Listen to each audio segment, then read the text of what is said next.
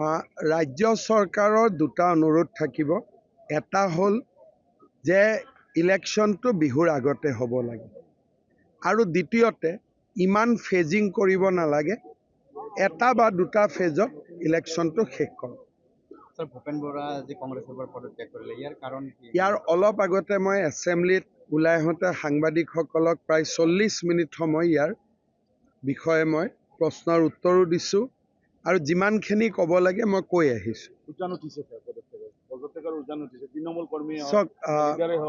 কংগ্ৰেছ দলত নিৰ্বাচনৰ সময়লৈকে আৰু বহুত নেতাই কংগ্ৰেছ দল ত্যাগ কৰিব, কাৰণ কংগ্ৰেছ দলৰ ওপৰত এতিয়া ৰাইজৰ আস্থাও নাই, ৰাইজৰ বিশ্বাসো নাই।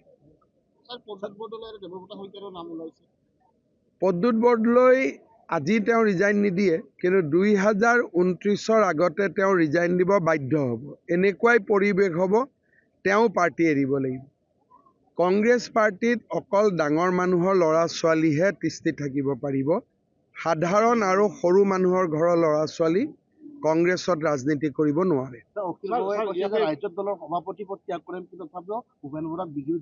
সেইটোতো মোৰ কোনো আপত্তি নাই, কাৰণ এতিয়ালৈকে ভূপেন বৰাটো বিজেপিত অহা নাই। গতিকে তেওঁ ৰাইজৰ দলত থাকে বা কংগ্ৰেছতেই থাকে বা আন কোনো ৰাজনৈতিক দলত যোগদান কৰে, সেইটো তেওঁৰ বিষয়, ব্যক্তিগত বিষয়। কিন্তু অহাকালি গধূলি তেওঁক মই এবাৰ লগ কৰিম।